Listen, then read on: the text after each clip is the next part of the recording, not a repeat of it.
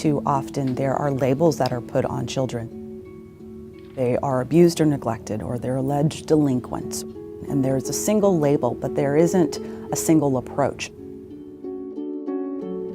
The Crossover Youth Practice model is a model that improves how systems work together to improve outcomes for young people who are either at risk of involvement in child welfare and juvenile justice or have become involved in both of them simultaneously.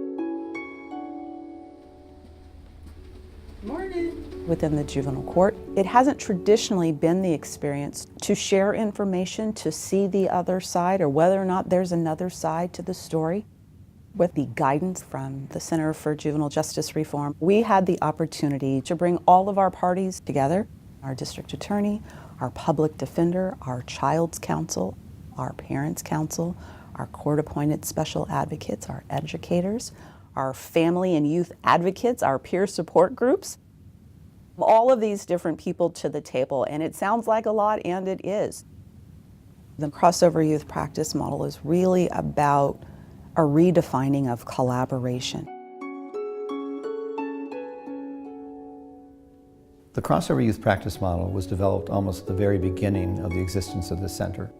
It was derived from a series of piloting projects that we did in 7 states. And then we sat down and said, can we actually construct a practice model that will guide policy and practice, that addresses the characteristics that we know are associated with kids who are involved in multiple systems, and in a way that would interrupt the trajectory that they have headed into those systems.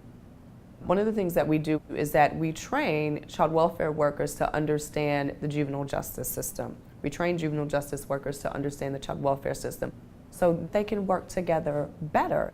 We're clarifying our roles and who's doing what at the earliest point possible in the case, so there's not any misperceptions, there's not any miscommunication, but also we're communicating that to the young person and family so that they understand.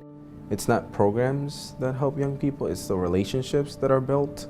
And so if those relationships are strong, a young person is going to succeed because they know that someone is there for them. The field as it moves in the future must move towards something that is very much about relationship building for our young people, but ultimately within our communities too. As I reflect back on my investiture, if I were able to tell myself then some of the things that I know now, it's to be open-minded. One of the ways that we are able to do that, I think, is underscored by practices like the Crossover Youth Practice model.